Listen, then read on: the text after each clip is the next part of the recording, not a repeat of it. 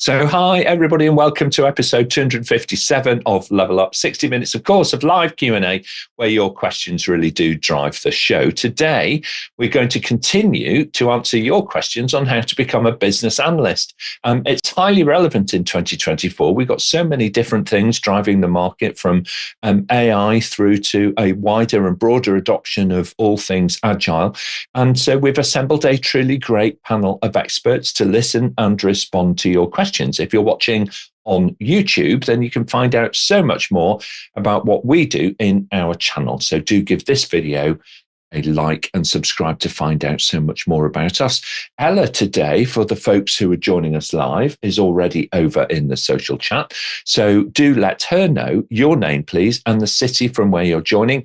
She's going to post some links in for you to be able to vote up the questions that you would most like answered. And of course, for you to be able to add your own as well. If your question's selected, then your name will appear in the credits at the end of the show, and quite right too. So let's jump in and meet that panel of experts, all of whom are returning to Level Up today. Let's begin with Malini. Malini Jayaganesh is a strategic advisor and coach over at ITSM Hub. She's also Director Emeritus for the Business Relationship Management Institute, with a lifelong purpose of elevating others. Malini has championed diversity and inclusion throughout her professional life. Welcome back to Level Up, Malini. Thank you very much, Nick. I really enjoyed my career as a business analyst, and I can't wait to receive all the questions today. Yeah, absolutely right. So thank you, Malini, for joining and sharing that experience. Richard Campbell is Director, Product Engagement Lead at the Agile Business Consortium. Richard is responsible for developing and delivering the consortium's portfolio of products that advance business agility. He spent his career working in the advanced technology sector in a mix of commercial and product management roles. Welcome back to Level Up, Richard. Thanks, Nick. And well, I actually started as a business analyst, so it was a great way to get the career going. And I've lent heavily on those skills throughout my career. So look forward to this one. Thanks very much. It's incredible, isn't it, how developing those techniques as a BA make us better people. I really do. I firmly believe in that, because we ask better questions in a more structured way, and we're able to facilitate and understand and listen more actively. So thank you, Richard, indeed, and Malini. Ian Clark is next. He's Director of course, over at Fox IT Service Management in South Africa. Very well respected contributor to the service management community across Africa and also worldwide. With a focus on improving productivity, Ian leads a team of professionals who engage with each client to improve outcomes. Welcome back, Ian. Thank you, Nick, and welcome to my esteemed guests on the panel and the audience out there. There's a business analyst in all of us, is my opinion on this. So let's see how that goes. Absolutely. Looking forward to it. Yeah. The hidden skill that we all have. We just need to let it shine, so to speak. I feel the musical coming on. Very good. Thank you, Ian. Luca Gambetti rejoins today. He's the founder, of course, and the principal trainer over at Quality Italia, whose purpose is to have a positive impact on Italian organizations through leadership coaching and training. He is, of course, an accomplished coach and mentor in his own right, and he draws upon the getting things done methodology, and the approach of the business relationship management is at the heart of that. Welcome back to Level Up, Luca. Thank you, Nick, and welcome to the panelists and to everyone. So proud of my work as a business analyst in the past. I am seeing a lot of requests for business analyst training this year here in Italy, so I'm very happy to be here. Yeah, absolutely. The Italian professional market is vibrant, and a lot of really good intellectual property being created, of course, in Italy, and lots of technical roles as well being made available to organizations around the world. So thank you, Luca, for all of the work that you're doing there. Joining us from Bangalore in India is our question master for today. That is Suchitra Jacob. Hi, Suchitra, how are you doing? Hi, Nick. Hello to the panelists and our viewers. I'm doing well. Looking forward to today's show. We have a lot of questions lined up. Brilliant. Okay, well, I can see some folks joining us online now, which is really lovely. So we'll look forward to doing a shout out to you very shortly. But in the meantime, Suchitra, if we can, let's have our first question to the panel. So our first question is from Enrico, who asks, what are your thoughts and advice on a business analyst having multiple roles, that is project manager, product owner, and scrum master? Okay. Luca, why don't you start us off and then we'll hear from Malini. Okay. Thank you, Enrico, for your question. While I was reading your question, I was thinking about an experience I had in a huge customer here in Italy. Well, I think that many modern organizations have business analysts that are also in charge of managing suppliers to deliver solutions. So the majority of their job is actually business analysis, and they do small part of we were used to call project management. So I think that there is less need of traditional project management by now, and more need of business analyst skills. So I am observing this. Yeah, I think you're absolutely right. I think that demand for these kinds of skills is growing as more and more people recognize it is a skill. It is a skill, and it's something that can be learned and developed and fine-tuned, if you like, over time. So thank you very much indeed, Luca. Really appreciate it. Malini, your thoughts, please, and then we'll go to Richard. Enrico, thanks for such a great question. I personally, as a business analyst, I've also performed the role of project manager, product owner, and scrum master. And I think the business analyst role or business analyst competencies are fairly generic. So you can actually, pick up additional skills to be successful in each of these different roles very well. I think it works very well. However, a word of caution. You need to have a lot of clarity around the differences between these roles, not only for yourself, but also being able to communicate that to your stakeholders, because don't assume that they will know what the difference is between a product owner and a scrum master. So if they're used to seeing you as a product owner, they might not understand how your role is different when you show up as a scrum master. That's very true. You may need some to wear a different hat, but to make sure that somebody else knows which hat you're wearing at that particular time. We might come back to this kind of smaller engagement, smaller projects, perhaps, where you do need to be multidisciplinary in a few moments. Thank you, Malini. Richard, your thoughts, then we'll go to Ian. Yeah, this has been a hot topic debate within the consortium. So there are many schools of thought. Well, there's several schools of thought on it, but what are the core skills that everyone in an activity needs to be aware of? And so, for instance, Luca already mentioned the idea that some roles, maybe they transfer during the course of a project. So in terms of what does a business analyst do, and could many people in the team actually perform that role of business analyst or the role of project manager, as opposed to what require dedicated specialist skills that needs to be developed within the individual? And that's the balance that you have to strike as a person in that role. So how you go about learning that and determining where you fit in the project is for you to decide. Indeed. Thank you very much indeed, Richard. And Ian, final thoughts on this? Oh, thanks, Nick. It's a very pertinent question, actually. I'm a big fan of defining things. So if we say, what is the role of a BA or a business analyst?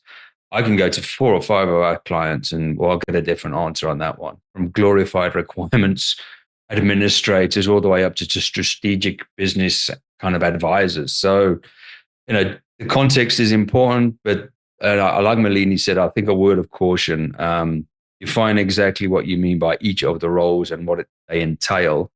And if you can find yourself in a position where you have the right mindset, you have the skill set, you have the capacity to actually fulfill multiple roles, then I have no issue with it. But there's a certain check boxes that have to be researched and ticked to allow that to happen. out, there's going to be trouble at some point, I believe. Absolutely right. Thank you very much indeed, Ian. Appreciate that.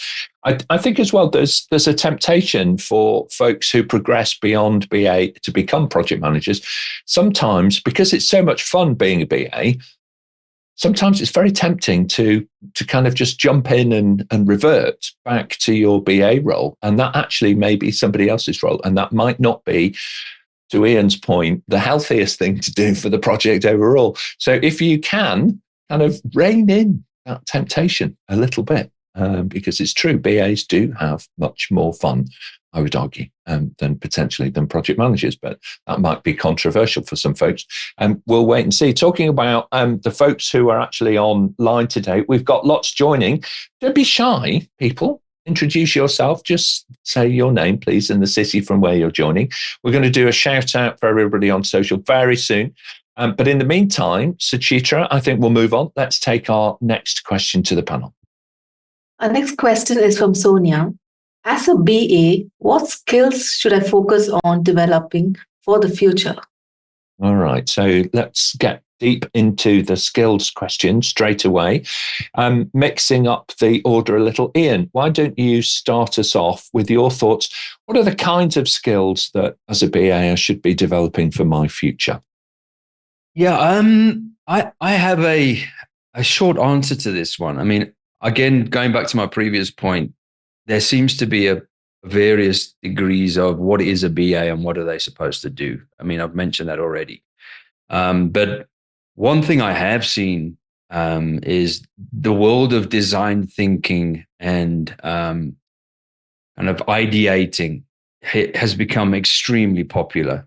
In not only in South Africa, but in Africa and across Europe, and knowing quite a bit about design thinking, there's a big overlap, from a BA perspective, and a lot of good techniques and skills that a BA could, bring on board to enhance the role that they do in understanding and trying to work out solutions to business problems, which I believe ultimately is, a key role of a BA.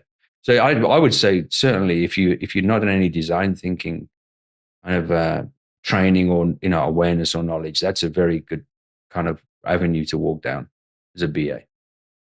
Yeah, absolutely. And interestingly, there's an event. It's coming up on Wednesday, actually, which is being hosted by colleagues over in Poland, which is all about this, and it's all about kind of saying, look, you've probably heard about design thinking. Lots of people really love it. Here's the thing, this is why we think it should be of interest to you. So if you're watching this and you're watching it live, I would really recommend joining that particular event. It's on Wednesday. Details are on the APMG International events page on our website. So do have a look there. Thank you very much indeed, Ian. Let's then go to Richard and then Malini. Yeah, so sort of building on what Ian was talking about with the ideation, I mean, I think that one of the big trends is the whole VUCA aspect, so the volatility, uncertainty, complexity, ambiguity that the business analyst faces. You've got a different way of thinking. Things are moving so fast. There are so many connections to the different problem aspects you're trying to solve. So I think the skills which come out, I mean, apart from the ideation, it's like, where do we go from here? But you've got to know where you are right now. So this starts with an element of empiricism. What can you measure? What do you know to be the fact? You need to get some firm ground and understand the nature of the problem that you're doing. So ideas, the Knuffen framework and other ways of thinking to really understand the nature of the problem and where you move on from it, or how you can make progress so that the ideation actually makes sense connected to where you actually are right now, rather than starting from some idealistic position of where you would like to be. So I'd say those are the sorts of skills which you really need to develop if you're working in that VUCA world. I completely agree. And that sense of the journey and experimenting and measuring and seeing what's going on, that working in the empirical world rather than just simply backing a hunch or using a purely kind of cold algorithm to kind of think things through is very, very important in this context. And it's perhaps that's the magic dust that BAs can sprinkle over this kind of problem solving, in order to be able to bring that out and help facilitate that rapidly. Thank you, Richard. A great concept, empiricism, for us to consider. Thank you. Malini, your thoughts, then we'll go to Luca. I think in the age of artificial intelligence, the need for us to focus on the human side of how we work together is more important than ever before. And business analysts are already highly skilled in the human dimension, through your empathy and your engagements with business stakeholders and your project stakeholders and so on. So I think you can build on that, Sonia, by acquiring some skills in business relationship management, helping your organization to become more relationship focused. Thank you very much indeed. Become more relationship focused as a mantra for today. If ever there was a takeaway from today's activity on this level up, it's become more relationship focused. Great advice. Thank you very much, Malini. Luca, I'm sure that's something that you would agree with. Oh, yes, I will agree, but I would like to add something different. Well, thank you, Sonia, for your question. I was amazed last week. Well, last week, Google released in my country, in Italy, Notebook LM. Notebook LM is an IA platform in which you can upload your document and work on it using artificial intelligence prompt. And I was amazed that I can now work on my documents as a business analyst in a way that I was never able to do before. So my recommendation is just keep an eye on IA development, because for a business analyst, will find them very useful from my standpoint. It is fascinating, isn't it, how the different ecosystems are starting to bring AI in a much more meaningful and usable way. Let me put it that way. With every few weeks that go by, this appears to me as a user to be quite a significant step forward in the way in which AI is being surfaced to all kinds of different professional roles, around the world. So it's fantastic to see that. Might follow up with you a little later, Luca, on what your experience is, in using that in the days and months to come. Thank you very much indeed, panel. Let's go over to social then, if we can, and we'll see who's online today. Thanks for joining. Given from Pretoria in South Africa, you're probably having a warmer winter than we're having a British summer, given. So great to have you online today. Emmanuel joined us from Manchester here in the UK, will probably agree with me when I'm saying that. And Idara, welcome back, Idara. I think you're going to get the badge for this season's most consistent participant, actually, in the Level Up community. So brilliant to have you online again today. And a new colleague joined us from Poland. Judita joined us, not too sure which city. I can't see it in the chat, but anyway, you're very welcome. Great to have you online. And of course, the APMG team, led by Ella today with Deepti and others, are also online to be able to help you. So do have a chat with them and put in your questions, please. We could do with some more live questions coming into the panel, or we'll just start talking amongst ourselves. So now's your opportunity to put that question in. Suchitra, on that note, let's move on. If we can, we'll take our next question. The next question is from Natalie. What would the panel say is the most enjoyable aspect of being a BA? What a great question, Natalie, and thank you very much for asking it. Ian, you've worked in this role a lot. You've worked with clients to facilitate and coach BAs a lot. What is the thing that is the most fun?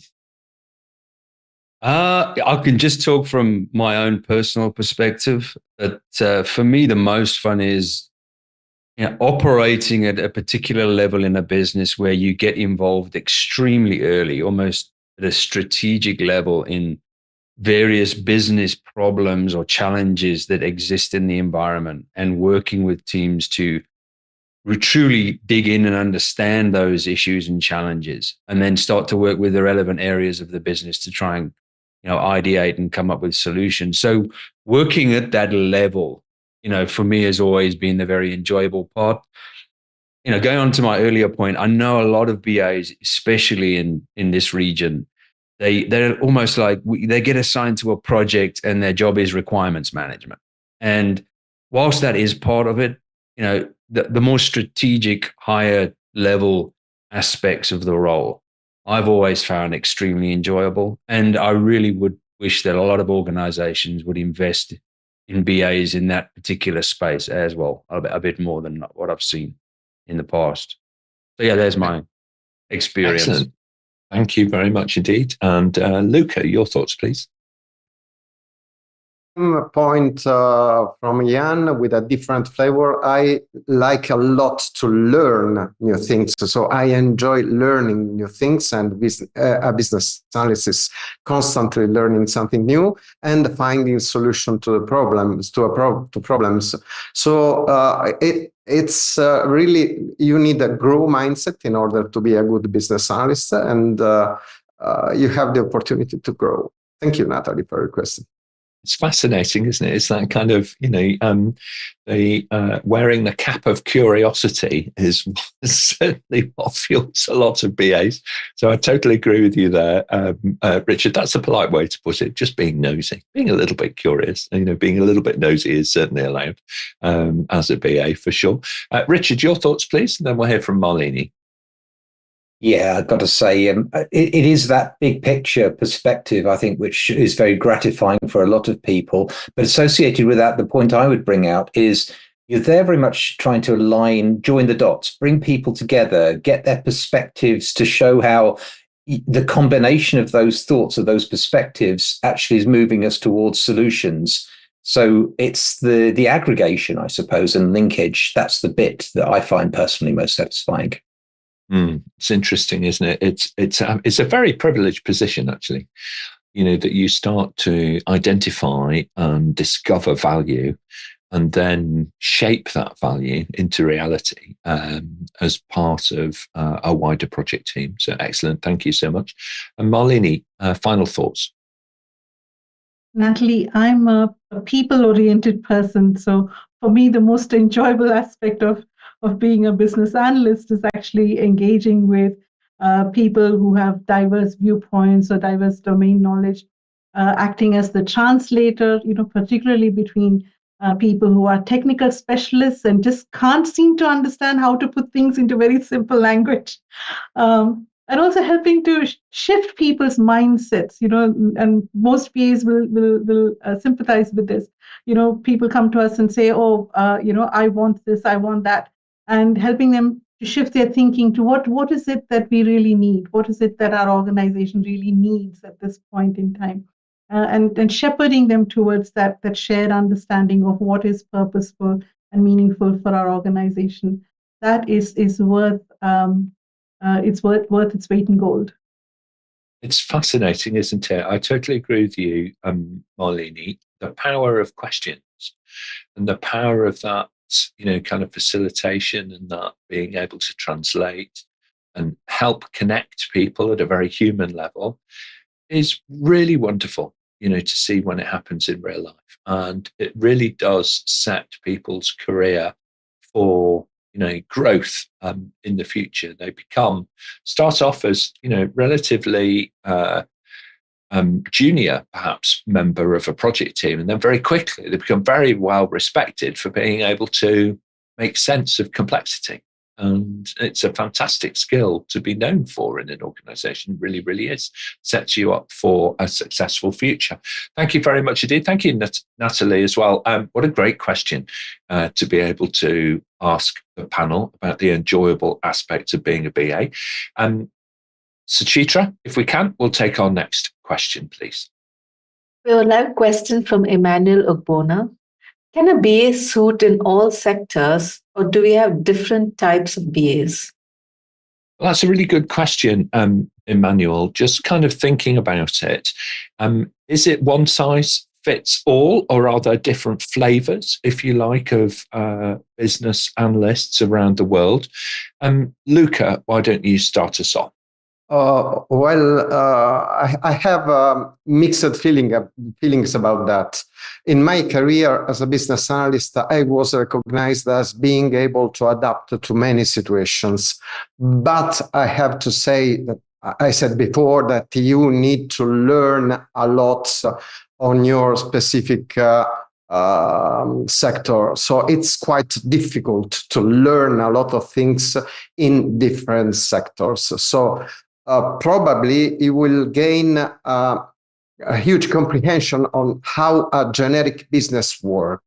Then you have to learn something that is more specific. So yes, I think there are different types of business analysts. Or, well, you have business analysts that are specialized in different sectors.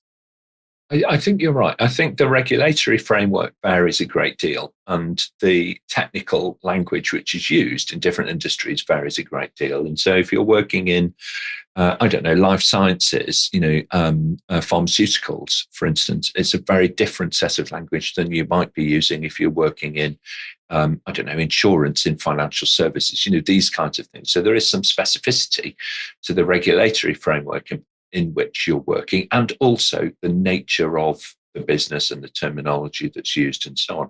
Thank you very much indeed, Luca. Ian, your thoughts on this, please, and then we'll go to Richard. Yeah, my business analysis is like ice cream. Ice cream, many flavors, but at the heart, ice cream is ice cream.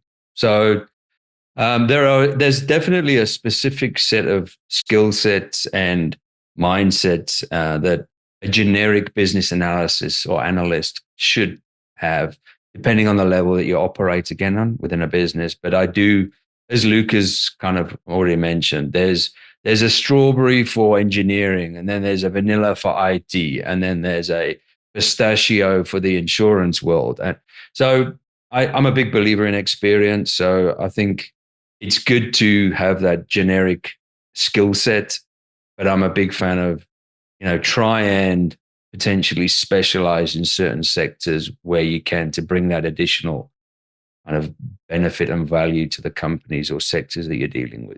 So ice cream it is, Nick. Fantastic metaphor. I love that. So thank you very much indeed. Ice cream is ice cream indeed, actually. And at a ridiculously early time in the morning, you got my mind considering the sweet treat that is ice cream. Okay, so very, very good. Thank you so much. Richard, your thoughts, please, and then we'll go to Malini.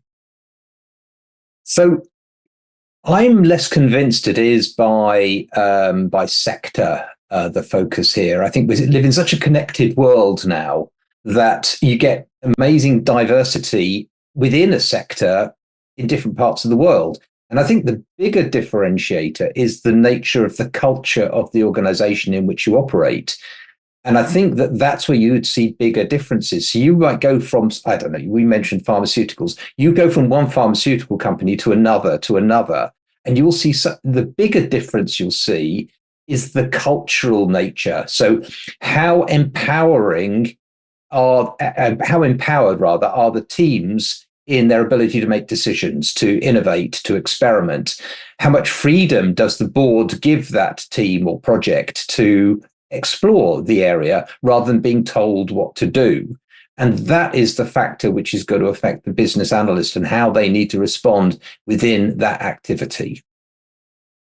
It's truly insightful comment, Richard. So thank you very much indeed. The culture that is created, that is fostered, that is managed, if you like, and cultivated within an organization is going to enable or constrain in equal amounts, how folks actually do the do the work that they need to do. And that's particularly relevant for business analysts. So thank you for highlighting that. And thank you also to the Consortium for its tireless work, actually, in championing the adoption of an agile philosophy, an agile way of working across organizations. Because otherwise it can be incredibly frustrating for professionals who are tasked with delivering projects in an agile manner, but they're constrained by a cultural constraint, which is far from agile. So it's very, very difficult to be successful in that context. Thank you, Richard. And Malini, your thoughts on this? While I agree with my fellow panelists that there are some situations where BAs could specialize, and that's the right thing for the organization. I think there's also value in being a generalist BA, because you come in with a perspective, with a very different perspective to someone who's, super specialized. And I think particularly when you're using techniques like, or approaches like design thinking, for example, not having specialist knowledge can actually be an asset, because you will be able to explore, options and dimensions in ways that others who are immersed in the detail cannot. So I think there's value in being a generalist, as well as being a specialist. Absolutely right. Thank you very much indeed. Well, thank you, panel. And what a wonderful question, Emmanuel. We really appreciate it. Thank you for joining today, for saying hello. And great question, actually, to put to the panel. I can see there's lots of folks in the audience who are already kind of saying, this is really insightful session. And it all comes down to the quality of the questions that are being asked. So brilliant job. Very well done indeed. Let's move on. Suchitra, if we can, we'll take our next question. Question from Amit. I recently moved from a tech role to a BA role and struggle to shed my technical mindset. How can I overcome this? So can the leopard truly change their spots? Malini, I'm going to ask you this first of all. What advice would you give to Amit to consider becoming, embracing, if you like, that less technical mindset and become more focused on being a BA? So firstly, Amit, I'd like to congratulate you on your level of self-awareness. The fact that you even identified that, you have this challenge, and that you're willing to do something about it. I think it speaks volumes about your growth mindset, which is wonderful. My suggestion is, two things. One, try to find good role models whom you can emulate.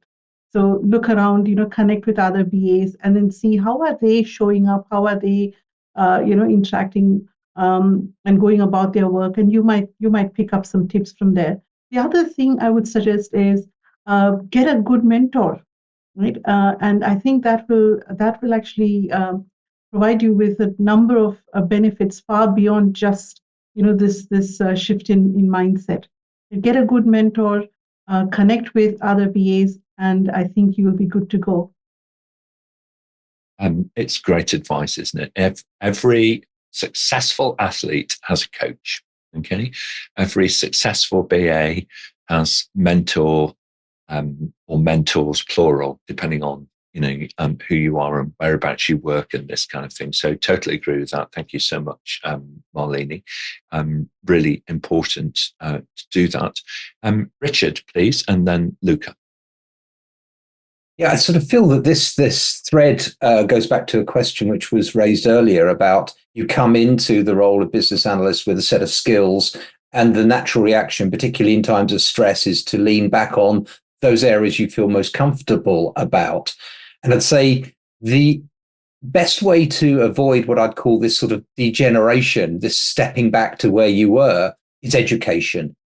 And education is multifaceted. But I think exactly as Malini was saying here, coaching can help you, but it sounds like you're a very self-aware person, but I think that it would certainly help you in that area. But think about what are the other related skills to develop. So specifically leadership, I think this is a very good one to understand being very aware, go back to the cultural point that I raised before, understand the nature of the organization you're in, and help the team to navigate that situation that you actually find. And you will find yourself being able to free yourself from constantly reverting to your former skill set. So, yeah, education, I'd say, is the best place to look. Yeah, it's a really good point, isn't it? Because you need to to avoid feeling seasick. It's always best, the advice is usually look at the horizon, because the horizon is constant, if you like, rather than the immediate up and down and side to side, kind of rolling figure of eight type movement. And when you're involved in project work, it can very much be like that. So you need that leadership perspective. Look to the horizon, look beyond the horizon almost, to be able to bring that trait out in you, and avoid being boxed in by the technical rights and wrongs of something. Thank you very much indeed, Richard. Luca, your thoughts, then we'll hear from Ian. Well, I think that's well, thank you, Amit. I think, Amit, you should move you can start asking yourself why the solution you are designing is needed. A technician usually is focused on the how question. In order to move to a business analyst position, you should ask yourself why the solution is needed in the first place. But I would like to add that you should keep your technical skills, because they are needed in order to provide a good solution. It could be a problem to maintain a technical mindset when talking with the management. This is true, but technical competencies are also needed. I feel that what we're saying here is that whatever your background, whether it's technical or business, whether it's human focused, or whether it's an ability to read the room, or an ability to understand the code, these things are all dimensions that we should make use of. They're talents and experiences that we should make use of. Just try and become more rounded. And Malini's earlier point about that self-awareness being, high with Amit is absolutely fantastic. That is the thing. The most frustrating thing, I think, is when you're trying to work with folks who have very little self-awareness, or appear to have very little self-awareness. That can be a real challenge. Ian, final thoughts on this?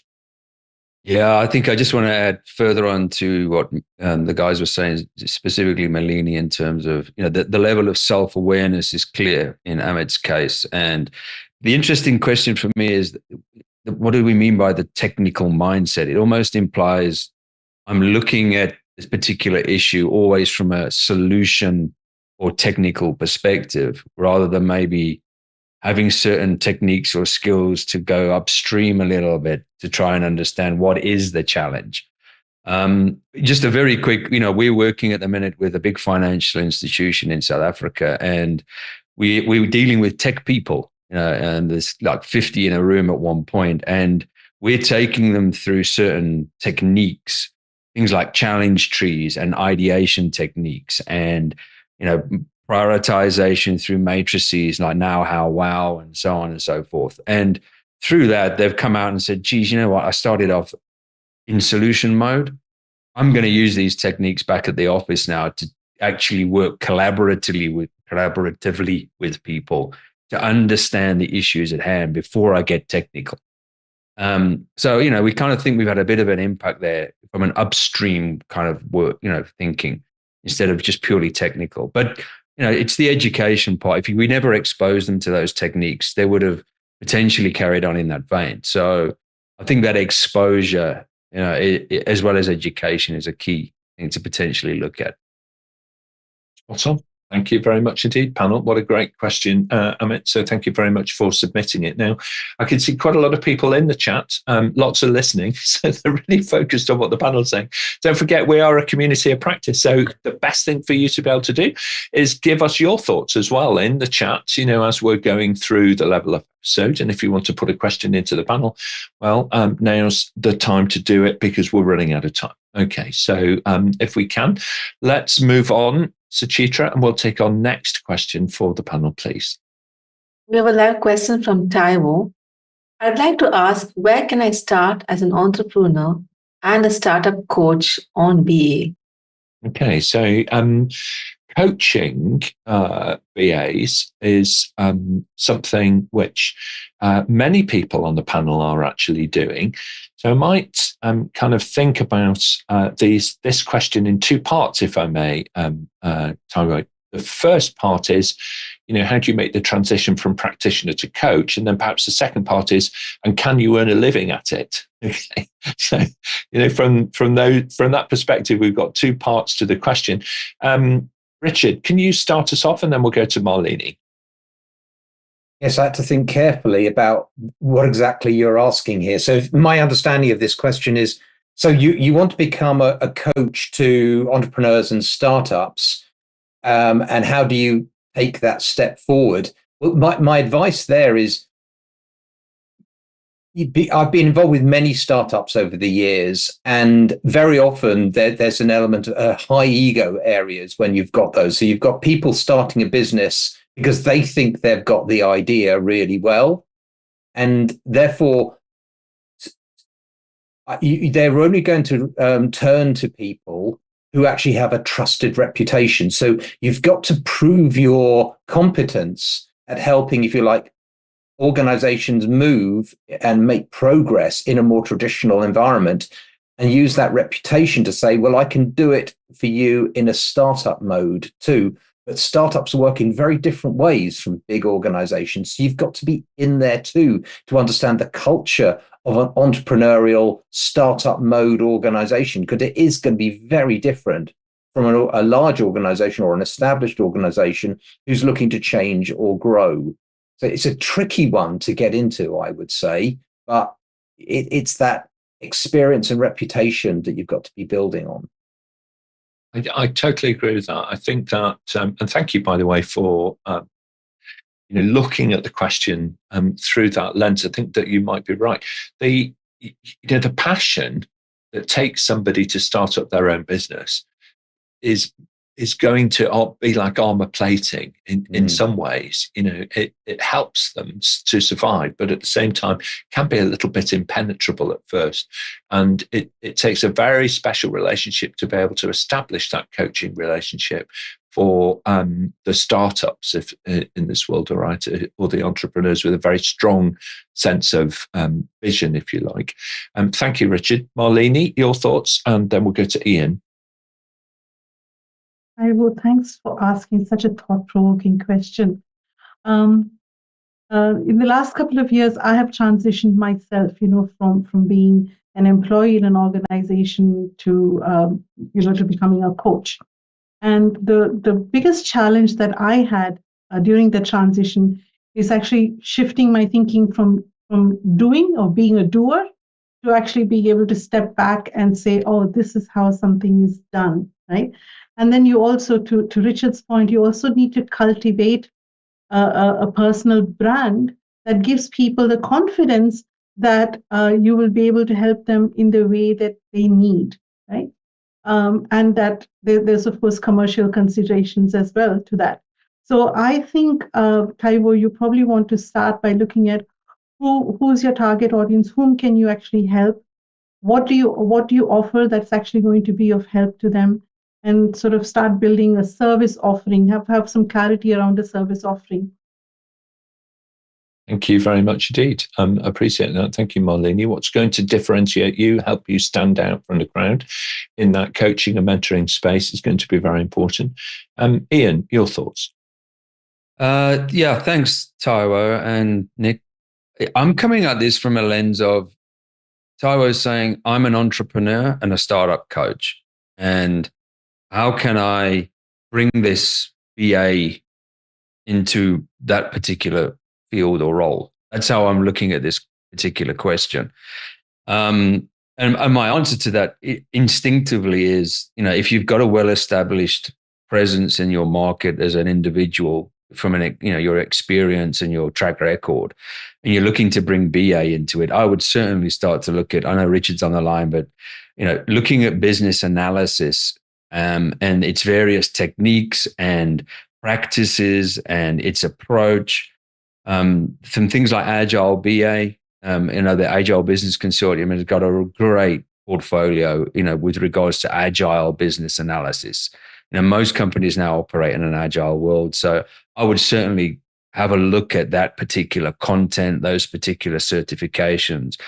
And every single person I've trained or coached on that particular field or course, they always say to me, I walked away with about 5 or 6 techniques that I think are really going to help me in my particular role. And as your role as a coach or as an entrepreneur, I would be very surprised if you didn't feel the same.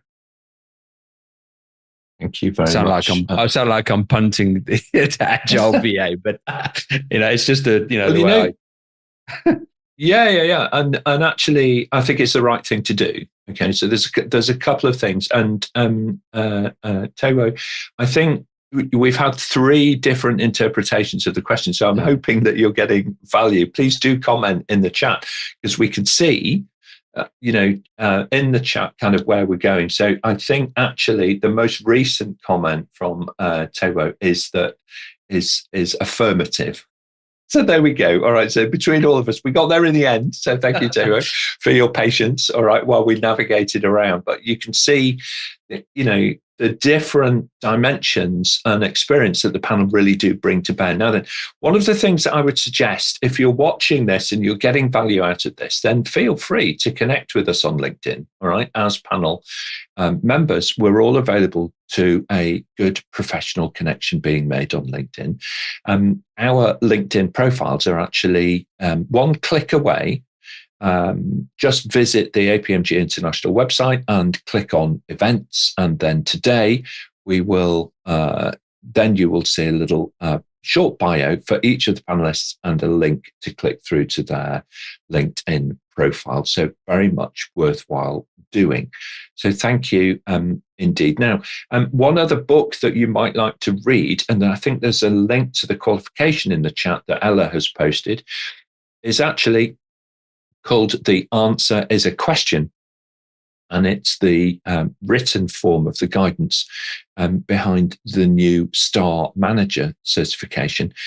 Why I think that this is relevant is that it's all about developing yourself to be able to help other people and work with other people. So there's a really good, how do I do that type piece of work in Star Manager. So I would thoroughly recommend it. It's a book that I'm reading at the moment. It's actually, unfortunately, it's downstairs, so I can't show it to you today on the live stream.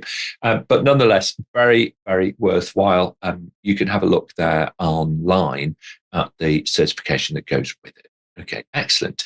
Very good. Let's move on then, please, and take our next question to the panel. We have a question from Stephen. Do you think that AI will play an important role in the work of the business analysts? Well, it's certainly fueling the demand for business analysts around the world. Luca, do you see AI playing an important role? Yes, I already have mentioned before that I discovered Notebook LM last week. And yes, I think business analysts are managing and will manage a lot of information. So artificial intelligence, large language models are meant to manage a lot of information. So yes, I think they will be of great help in our work as a business analyst. Thank you very much indeed. Richard, your thoughts?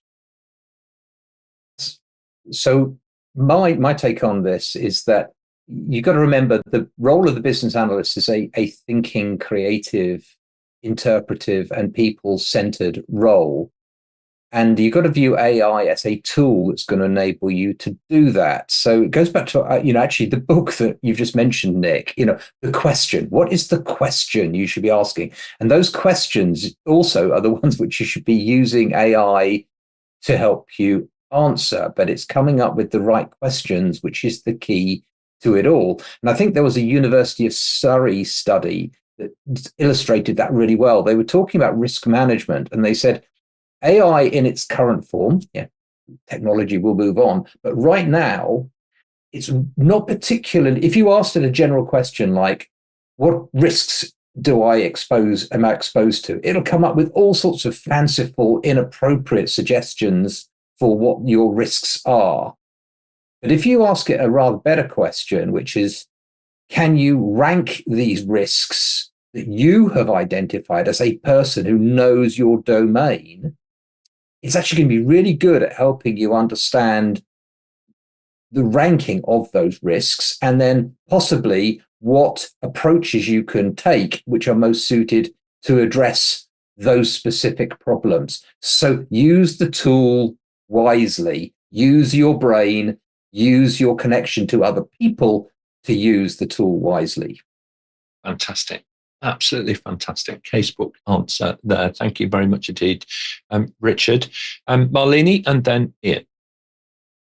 I agree with both Luca and Richard. And what I'd also like to say is that, the business analysis body of knowledge describes business analysts as agents of change.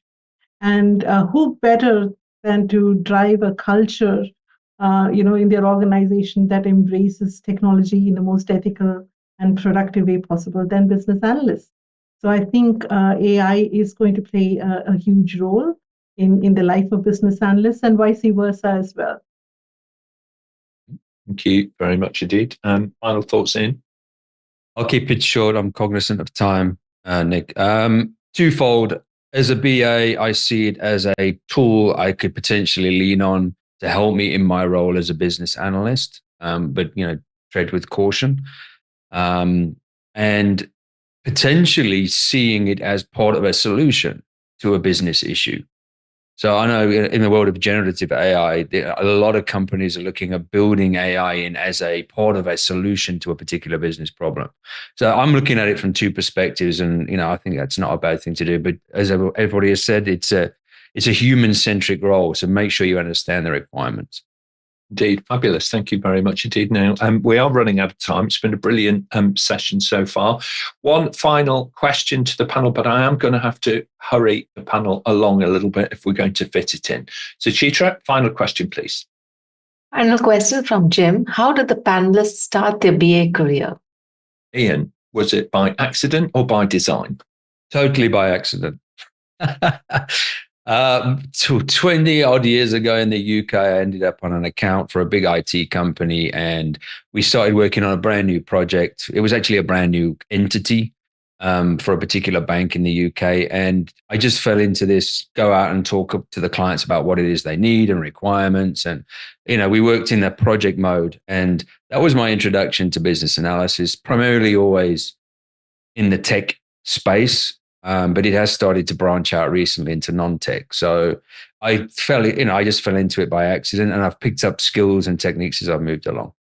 Thank you so much indeed. Malini and then Richard. Definitely by design. So I come from an arts background originally, and I went on to do a master's degree in IT after I'd been married to a software engineer for 4 years and realized it was up to me to do something to keep the conversation at dinner going. Then I figured that organizations would also have the same problem, and therefore I carved a career for myself as a BA. Fantastic. Thank you very much indeed. Malini, how wonderful. Thank you very much indeed. Richard and then Luca. Well, being as old as I am, the world was so different when I graduated and got my first job as a business analyst. I was inspired to choose this job rather than that job by the guy who interviewed me, who had just had a phenomenal business analysis brain. And I thought, I want to be like that person. So I joined his team because I wanted to learn from that person. So it was just a personal I just thought, what a great mind. I would love to develop that skill set. Brilliant. Thank you very much indeed. And Luca? Well, I absolutely by chance, I didn't never thought to be a business analyst. I started my career very young as a software developer. And then after many successful relationship with my customers, I moved to business analyst position, more and more complex. So it was luck or chance. Well, there's always a little sprinkling of the magic luck dust, which is needed for all careers, isn't there?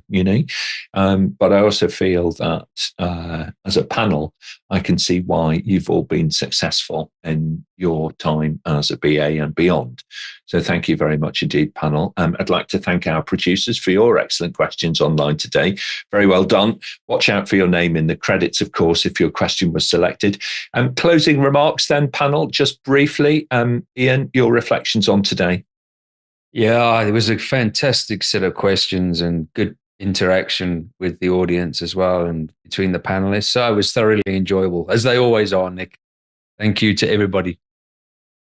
Thanks very much indeed, Ian. Malini and then Luca. I really enjoyed the show. Thank you so much for the wonderful questions and the brilliant answers. And I look forward to next time. Excellent. Thank you very much indeed, Luca. Great question. I learned a lot from the questions and from my fellow panelists. So very happy to have participated here today. Thank you. Thank you very everyone. much indeed. Yeah, thank you so much, Luca. And Richard and then Suchitra. Well, I thought it was a great set of questions, and I felt the whole direction towards better agility and how you can, as a business analyst, apply those sorts of ideas. And it was inspiring. Thank you very much. Okay, excellent. Thank you very much indeed, Suchitra. I couldn't agree more with the panelists, Nick. We had some great questions, and of course, thank you to our viewers as well. Okay. Excellent. Thank you very much indeed. Thank you. On behalf of our audience today, thank you, panel, for giving us such fantastic answers to all of the questions. Of course, if you are in the audience, thank you very much for joining us. Over on our website, you may, of course, search for answers to more than 2,300 previously asked questions. It's totally free of charge, and it connects you with experts from all over the world. And don't forget that the audio versions of the shows are available on your preferred podcast platform. Now, looking ahead, Wednesday of this week on the 26th, we've got that webinar all about design thinking and why you should love it. That's at 3 p.m. UK time. It is a registered event, so hop over to the APMG International website and click on events and register yourself and join us Wednesday afternoon. Friday of this week on the 28th, we're going to examine is being agile the same as being Scrum, or adopting Scrum, if you like. Join us here at 2 p.m. UK time for that. And of course, next Monday on the 1st of July at 8 a.m., fresh, bright and early, we're going to look at how to build the perfect project team.